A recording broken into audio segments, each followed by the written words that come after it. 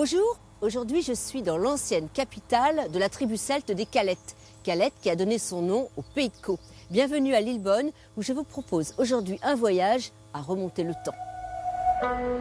Lillebonne était alors Julio Bona, le nom de la capitale gallo-romaine. Une ville qui n'avait rien à envier à Rotamagus, le roi de l'époque, ou à la célèbre Lutèce. La cité s'étendait sur 50 hectares, avec ses thermes, ses villas et son amphithéâtre, dont on peut aujourd'hui découvrir les vestiges.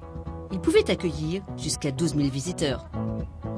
Alors quand est-ce qu'on a découvert cet endroit et que les fouilles ont vraiment commencé? À la fin du XVIIIe siècle, le comte de Caylus a perçu que cette colline, qui avait une forme assez particulière et sur laquelle paissaient des vaches, eh bien, il a eu la perception que cette colline était certainement un ancien amphithéâtre romain. Au fil du temps, l'amphithéâtre se transforma en village fortifié, puis en carrière de pierre. Les fouilles ont permis de mettre à jour ce théâtre, le plus grand et le mieux conservé au nord de la Seine. C'est dans ces arènes que se déroulaient les combats de gladiateurs, des pantomimes. En 2007, l'entrée du site est totalement dégagée. Là, on est dans un vomitorium, c'est-à-dire que c'était l'accès des spectateurs pour aller dans le théâtre et regarder l'ampleur de cette voûte. C'est là où vous vous rendez compte de l'importance du théâtre de Lillebonne. La largeur des accès, la hauteur de la voûte, et vous imaginez toute cette foule qui se rendait pour prendre place dans les gradins. Si on continue à creuser dans les sous-sols de Lillebonne, on peut encore trouver des trésors. Ah, vous creusez à 1 mètre de profondeur et vous trouvez des choses. C'est justement en effectuant des travaux de voirie que l'on a redécouvert l'ancien marché gallo-romain. C'était des logettes, voyez-vous, des petites logettes. Elles ont été matérialisées là fort bien avec ce plancher. La logette, en fait, elle donnait sur une allée que vous avez là, qui était une allée couverte. On voit la colonne qui nous restitue l'aspect de cette allée qui devait être une sorte de pergola. Qu'est-ce que les Romains vendaient alors sur cette place du marché? Oh, toutes sortes de produits, probablement. Les toiles de lin. Il ne faut pas oublier que les toiles de lin étaient exportées à Rome. Ils vendaient certainement aussi de la nourriture, des légumes, probablement du fromage, du camembert, pas encore pas encore le camembert, Marie-Arelle n'était pas née, mais il y avait certainement d'autres sortes de fromages. Pas de précision quant au jour du marché à l'époque gallo-romaine, mais de nos jours, c'est le mercredi. Et il est toujours très fréquenté.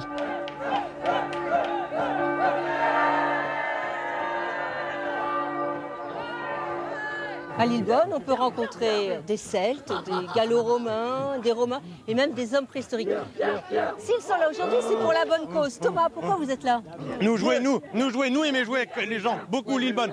Nous jouer avec grosse ludothèque, grande ludothèque, beaucoup de manifs, beaucoup jouer. Il y a à Lillebonne l'une des plus grandes ludothèques de la région où il se passe toujours quelque chose. Pierre. Gagnez.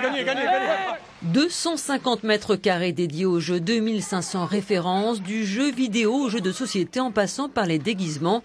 La ludothèque de Lillebonne, c'est une caverne d'Alibaba pour les amoureux du jeu. Résultat, 16 000 visiteurs par an se rendent ici. Il faut dire que le jeu a le vent en poupe depuis quelques années. Il y a 800 jeux qui sortent dans le monde chaque année. Et on a un nouveau public qui arrive maintenant, qui est trentenaire, quarantenaire, qui organise des soirées jeux, des rencontres de joueurs. Donc l'image de la petite enfance, du Monopoly ou des choses comme ça est en train de vraiment de changer depuis 10 ans. Ici, on peut emprunter ou jouer sur place avec une pièce dédiée aux jeux en bois ou des espaces thématiques pour les petits qui changent régulièrement. Une ludothèque souvent investie par les scolaires et les centres de loisirs. On peut faire des jeux, on peut construire, se déguiser. Qu'est-ce qui te plaît ici? De jouer et de s'amuser avec ses amis. Est-ce que tu peux pas le faire ailleurs?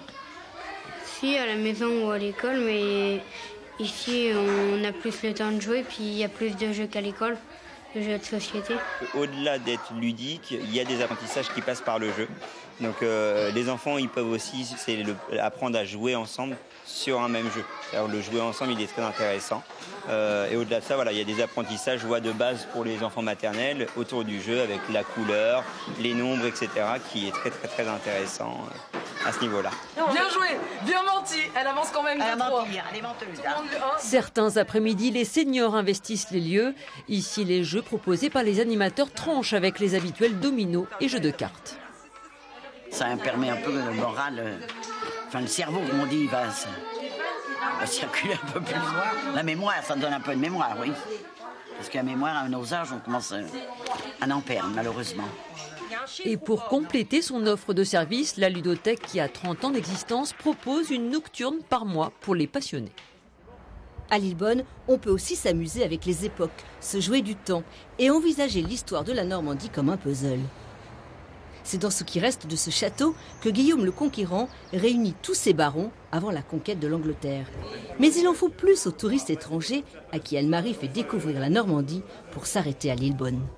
Quand on a du mou dans un programme et qu'on a un petit peu de temps, on fait quelquefois dévier le quart pour passer devant le théâtre. Mais là, après, on se heurte à la perception du public américain vis-à-vis de ruines qui ne sont que des ruines. Il manquerait peut-être un grand tableau, quelque chose qui leur permette de comprendre ce qu'ils voient. Voyez-vous, ils n'ont pas, comme nous, cette éducation, cette perception de l'Antiquité qui leur permet d'imaginer ce qu'a été le théâtre. En fait. Donc ça les laisse de marbre. Ça les laisse de marbre. Pour eux, quelque chose de beau, c'est la chambre de Louis XIV à Versailles. Lillebonne, c'est aussi les heures glorieuses du textile. La ville au XIXe siècle faisait alors partie de ce que l'on appelait la Vallée d'Or. Et puis, le temps s'est effiloché. La dernière usine a été réhabilitée et aménagée en centre culturel. Qu'est-ce qu'on produisait ici à Lillebonne? Alors essentiellement des toiles de coton. On a d'abord produit bien sûr des indiennes, c'est-à-dire du coton imprimé, qui était imprimé à la main au départ. Et puis ensuite, on a évolué vers la filature et puis vers les tissages. L'histoire de Lillebonne, une source intarissable d'inspiration, qui donnera lieu les 5, 6 et 7 juin prochains au premier festival gallo-romain qui se déroulera en partie dans l'amphithéâtre. Voilà, c'est ici que notre balade lillebonnaise s'achève. J'espère qu'elle vous a plu. Et je vous donne rendez-vous jeudi prochain pour une nouvelle escapade au gré des villes et des villages de Normandie. Au revoir.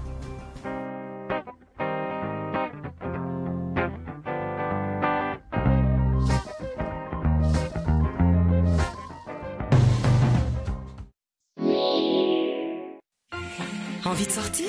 Voici la météo près de chez vous avec le Casino de Houlgat. Casino de Houlgat, spectacle. Bonsoir, début de matinée calme et ensoleillée demain, puis par l'ouest et le sud-ouest, le ciel se chargera et il deviendra menaçant. Sur les thermomètres, attendez autour de 15 degrés. Demain après-midi, le ciel deviendra plus inquiétant, puis il donnera des averses localement fortes, orageuses ou même de grêle à l'est de la région. Sous orage aussi des rafales jusqu'à 70 km/h et maximales entre 21 et 28 degrés, 28 à Évreux, 21 degrés au Havre et 27 à Rouen.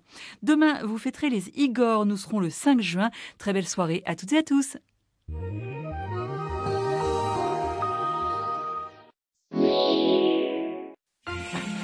France 3 vous a diverti le temps d'une météo en compagnie du Casino de Houlgat. Casino de Houlgat, spectacle. La solitaire du Figaro.